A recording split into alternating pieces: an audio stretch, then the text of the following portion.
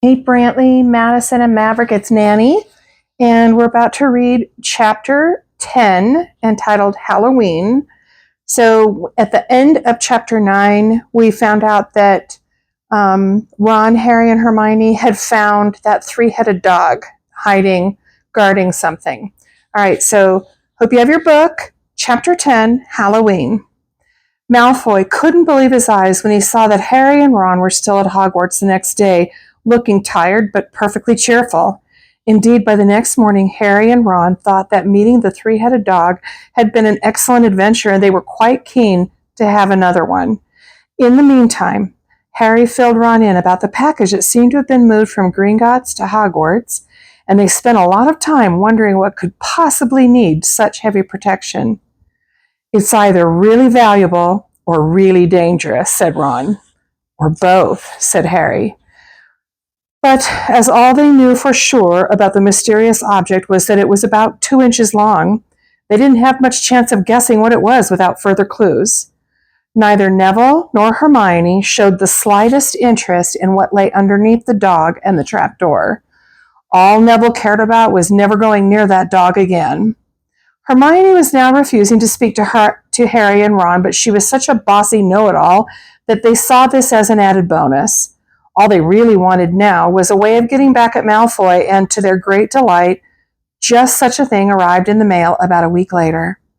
As the owls flooded into the great hall as usual, everyone's attention was caught at once by a long, thin package carried by 6 large screech owls. Harry was just as interested as everyone else to see what was in this large parcel, and was amazed when the owls soared down and dropped it right in front of him, knocking his bacon to the floor. They had hardly fluttered out of the way when another owl dropped a letter on top of the parcel. Harry ripped open the letter first, which was lucky because it said, "Do not open the parcel at the table. It contains your new Nimbus 2000, but I don't want everybody knowing you've got a broomstick or they'll all want one. Oliver Wood will meet you tonight on the Quidditch field at 7 o'clock for your first training session. Professor M. McGonagall." Harry had difficulty hiding his glee as he handed the note to Ron to read. "A Nimbus 2000, Ron moaned enviously. "I've never even touched one." They left the hall quickly, wanting to unwrap the broomstick in private before their first class, but halfway across the entrance hall they found the way upstairs barred by Crabbe and Goyle. Malfoy seized the package from Harry and felt it. "That's a broomstick," he said, throwing it back to Harry with a mixture of jealousy and spite on his face. "You'll be in for it this time, Potter. First years aren't allowed them." Ron couldn't resist it. "It's not any old broomstick," he said. "It's a Nimbus 2000. "What did you say you've got at home, Malfoy? A Comet 260? Ron grinned at Harry. "Comets look flashy, but they're not in the same league as the Nimbus." "What would you know about it, Weasley? You couldn't afford half the handle," Malfoy snapped back. "I suppose you and your brothers have to save up, twig by twig." Before Ron could answer, Professor Flitwick appeared at Malfoy's elbow. "Not arguing, I hope, boys," he squeaked. "Potter's been sent a broomstick, Professor," said Malfoy quickly. Yes, that's right," said Professor Flitwick, beaming at Harry. "Professor McGonagall told me all about the special circumstances, Potter, and what model is it?" "A Nimbus 2000, sir," said Harry, fighting not to laugh at the look of horror on Malfoy's face. "And it's really thanks to Malfoy here that I've got it," he added. Harry and Ron headed upstairs, smothering their laughter at Malfoy's obvious rage and confusion. "Well, it's true," Harry chortled as they reached the top of the marble staircase. "If he hadn't stolen Neville's Remembrall, I wouldn't be on the team." "So I suppose you think that's a reward for breaking rules," came an angry voice from just behind them. Hermione was stomping up the stairs, looking disapprovingly at the package in Harry's hand. "I thought you weren't speaking to us," said Harry. "Yes, don't stop now," said Ron. "It's doing us so much good." Hermione marched away with her nose in the air. Harry had a lot of trouble keeping his mind on his lessons that day. It kept wandering up to the dormitory where his new broomstick was lying under his bed, or straying off to the Quidditch field where he'd be learning to play that night. He bolted his dinner that evening without noticing what he was eating and then rushed upstairs with Ron to unwrap the Nimbus 2000 at last. Wow, Ron sighed as the broomstick rolled onto Harry's bedspread. Even Harry, who knew nothing about different brooms, thought it looked wonderful, sleek and shiny with a mahogany handle that had a long tail of neat, straight twigs and Nimbus 2000 written in gold near the top. As 7 o'clock drew nearer, Harry left the castle and set off in the dust toward the Quidditch field. He'd never been inside the stadium before. Hundreds of seats were raised in stands around the field so that the spectators were high enough to see what was going on. At either end of the field were 3 golden poles with hoops on the end. They reminded Harry of the little plastic sticks Muggle children blew bubbles through, except that they were 50 feet high. Too eager to fly again to wait for Wood, Harry mounted his broomstick and kicked off from the ground. What a feeling! He swooped in and out of the goalposts and then sped up and down the field. The Nimbus 2000 turned wherever he wanted at his lightest touch. "Hey, Potter, come down!" Oliver Wood had arrived. He was carrying a large wooden crate under his arm. Harry landed next to him. "Very nice," said Wood, his eyes glinting. "I see what McGonagall meant. You really are a natural. I'm just going to teach you the rules this evening, then you'll be joining team practice 3 times a week." He opened the crate. Inside were 4 different-sized balls. "Right," said Wood. "Now, Quidditch is easy enough to understand, even if it's not too easy to play. There are 7 players on each side. 3 of them are called chasers." 3 chasers, Harry repeated, as Wood took out a bright red ball about the size of a soccer ball. "This ball's called the quaffle," said Wood. "The chasers throw the quaffle to each other and try and get it through one of the hoops to score a goal. 10 points every time the quaffle goes through one of the hoops. Follow me?" "The chasers throw the quaffle and put it through the hoops to score," Harry recited. "So that's sort of like basketball and broomsticks with 6 hoops, isn't it?" "What's basketball?" said Wood curiously. "Never mind," said Harry quickly. "Now, there's another player on each side who's called the keeper. I'm keeper for Gryffindor. I have to fly around our hoops and stop the other team from scoring." 3 chasers, 1 keeper, said Harry, who was determined to remember it all. "And they play with the quaffle." "Okay, got that. So what are they for?" He pointed at the 3 balls left inside the box. "I'll show you now," said Wood. "Take this." He handed Harry a small club, a bit like a short baseball bat. "I'm going to show you what the bludgers do," Wood said. "These 2 are the bludgers." He showed Harry 2 identical balls, jet black and slightly smaller than the red quaffle. Harry noticed that they seemed to be straining to escape the straps holding them inside the box. "Stand back," Wood warned Harry. He bent down and freed one of the bludgers. At once, the black ball rose high in the air and then pelted straight at Harry's face. Harry swung at it with the bat to stop it from breaking his nose and sent it zigzagging away into the air. It zoomed around their heads and then shot at Wood, who dived on top of it and managed to pin it to the ground. "See?" Wood panted, forcing the struggling bludger back into the crate and strapping it down safely. "The bludgers rocket around trying to knock players off their brooms. That's why you have 2 beaters on each team. The Weasley twins are ours. It's their job to protect their side from the bludgers and try and knock them toward the other team. So, think you've got all that?" 3 chasers try and score the quaffle. The keeper guards the goalposts. The beaters keep the bludgers away from their team, Harry reeled off. "Very good," said Wood. Have the bludgers ever killed anyone?" Harry asked, hoping he sounded offhand. "Never at Hogwarts. We've had a couple of broken jaws, but nothing worse than that. Now, the last member of the team is the Seeker. That's you. And you don't have to worry about the quaffle or the bludgers. Unless they crack my head open. Don't worry. The Weasleys are more than a match for the bludgers. I mean, they're like a pair of human bludgers themselves." Wood reached into the crate and took out the 4th and last ball. Compared with the quaffle and the bludgers, it was tiny, about the size of a large walnut. It was bright gold and had little fluttering silver wings. "This," said Wood, "is the golden snitch, and it's the most important ball of the lot. It's very hard to catch because it's so fast and difficult to see. It's the Seeker's job to catch it. You've got to weave in and out of the chasers, beaters, bludgers, and quaffle to get it before the other team's seeker, because whichever seeker catches a snitch wins his team an extra 150 points, so they nearly always win. That's why seekers get fouled so much. A game of Quidditch only ends when the snitch is caught, so it can go on for ages. I think the record is 3 months. They had to keep bringing on substitutes so the players could get some sleep. Well, that's it. Any questions? Harry shook his head. He understood what he had to do all right. It was doing it that was going to be the problem. We won't practice with the snitch yet, said Wood, carefully shutting it back inside the crate. It's too dark. We might lose it. Let's try you out with a few of these. He pulled a bag of ordinary golf balls out of his pocket, and a few minutes later, he and Harry were up in the air, Wood throwing the golf balls as hard as he could in every direction for Harry to catch. Harry didn't miss a single one, and Wood was delighted.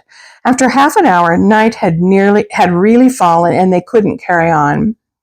That Quidditch cup will have our name on it this year, said Wood happily as they trudged back up to the castle. I wouldn't be surprised if you turn out better than Charlie Weasley, and he could have played for England if he hadn't gone off chasing dragons. Perhaps it was because he was now so busy, what with Quidditch practice 3 evenings a week on top of all his homework, but Harry could hardly believe it when he realized that he had already been at Hogwarts 2 months. The castle felt more like home than Privet Drive ever had.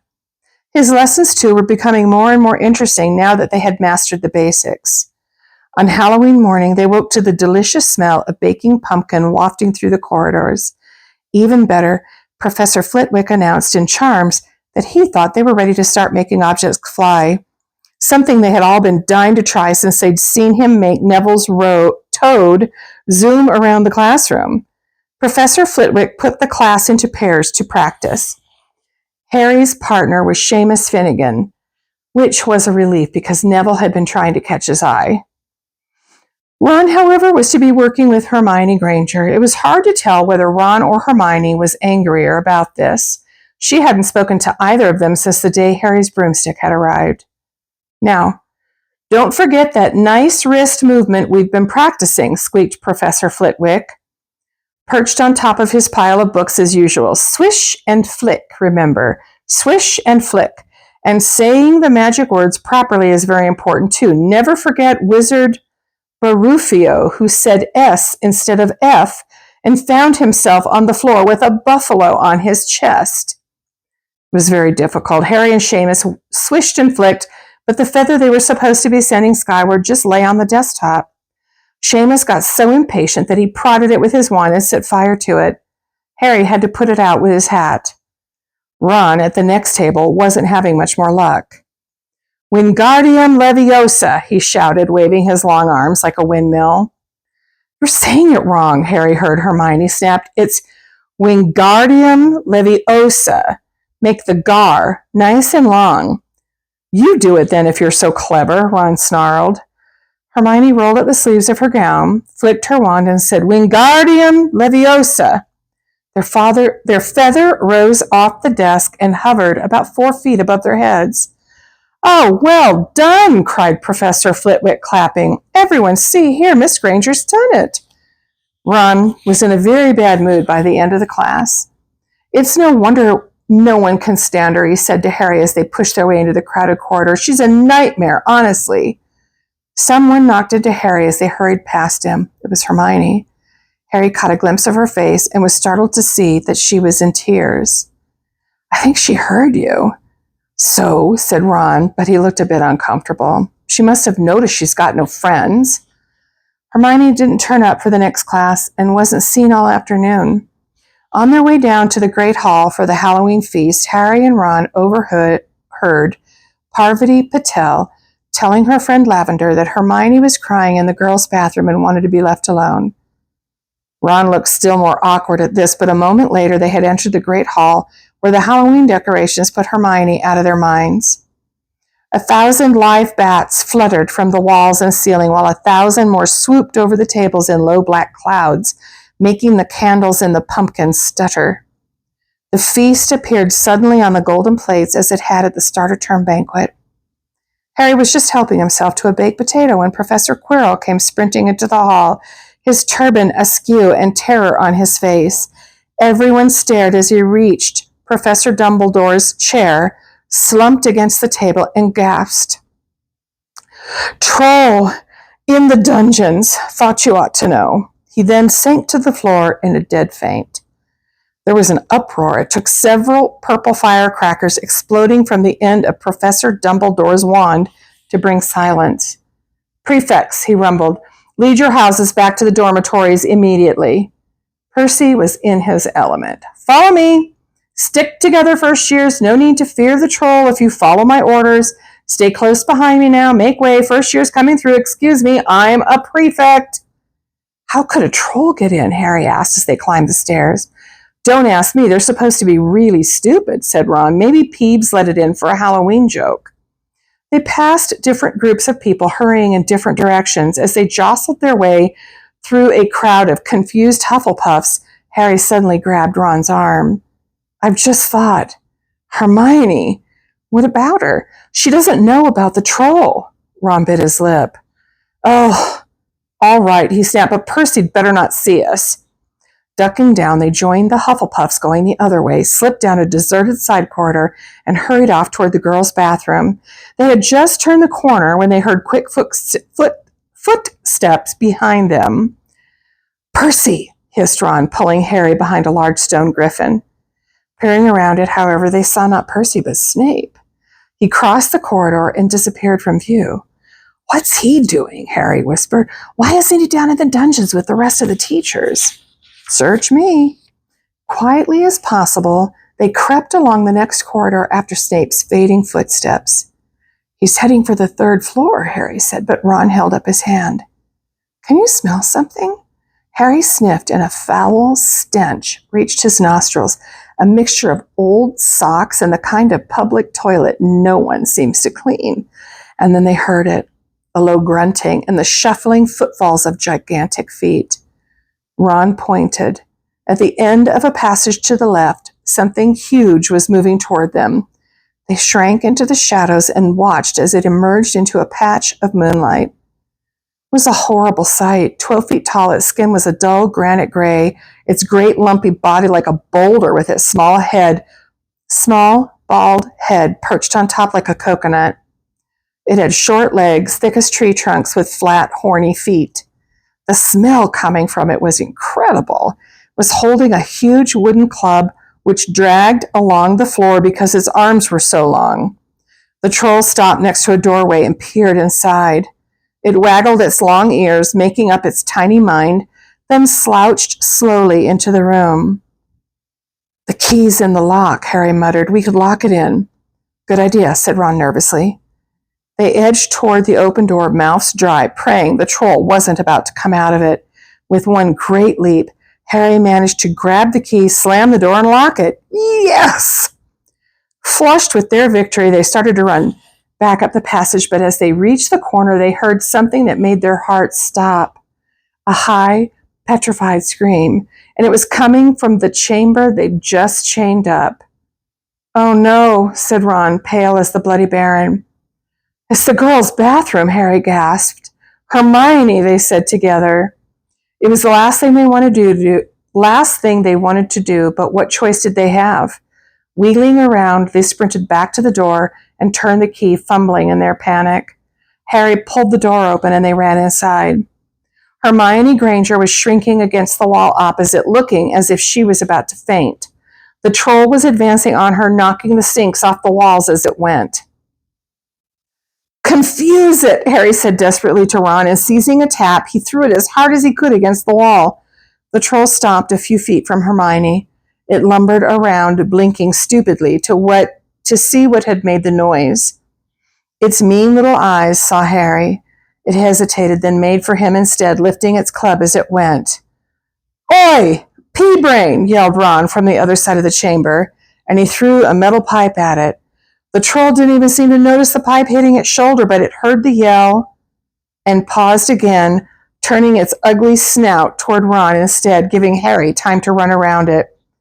"Come on, run, run!" Harry yelled at Hermione, trying to pull her toward the door, but she couldn't move. She was still flat against the wall, her mouth open with terror.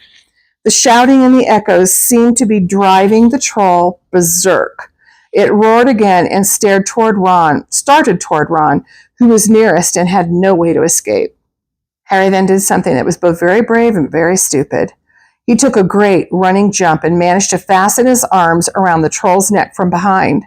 The troll couldn't feel Harry hanging there, but even a troll will notice if you stick a long bit of wood up its nose, and Harry's wand had still been in his hand when he jumped. It had gone straight up one of the troll's nostrils. Howling with pain, the troll twisted and flailed its club, with Harry clinging on for dear life. Any second, the troll was going to rip him off or catch him a terrible blow with the club. Hermione had sunk to the floor in fright. Ron pulled out his own wand. Not knowing what he was going to do, he heard himself cry the first spell that came into his head, Wingardium Leviosa. The club flew suddenly out of the troll's hand, rose high up into the air, turned slowly over, and dropped with a sickening crack onto its owner's head. The troll swayed on the spot and then fell flat on his face, with a thud that made the whole room tremble. Harry got to his feet. He was shaking and out of breath. Ron was standing there with his wand still raised, staring at what he had done. It was Hermione who spoke first. "Is it dead?" "I don't think so," said Harry. "I think it's just been knocked out." He bent down and pulled his wand out of the troll's nose. It was covered in what looked like lumpy gray glue. Ugh, troll boogers. He wiped it on the troll's trousers. A sudden slamming and loud footsteps made the three of them look up. They hadn't realized what a racket they had been making, but of course someone downstairs must have heard the crashes and the troll's roars. A moment later, Professor McGonagall had come bursting into the room, closely followed by Snape, with Quirrell bringing up the rear. Quirrell took one look at the troll, let out a faint whimper, and sat quickly down on a toilet, clutching his heart. Snape bent over the troll. Professor McGonagall was looking at Ron and Harry. Harry had never seen her look so angry. Her lips were white. Hopes of winning 50 points for Gryffindor faded quickly from Harry's mind. "What on earth were you thinking of?" said Professor McGonagall with cold fury in her voice. Harry looked at Ron, who was still standing with his wand in the air. "You're lucky you weren't killed. Why aren't you in your dormitory?" Snape gave Harry a swift, piercing look. Harry looked at the floor. He wished Ron would put his wand down. Then a small voice came out of the shadows. "Please, Professor McGonagall, they were looking for me." "Miss Granger!" Hermione had managed to get to her feet at last. "I went looking for the troll because I thought I could deal with it on my own, because I've read all about them." Ron dropped his wand. Hermione Granger telling a downright lie to a teacher? "If they hadn't found me, I'd be dead now."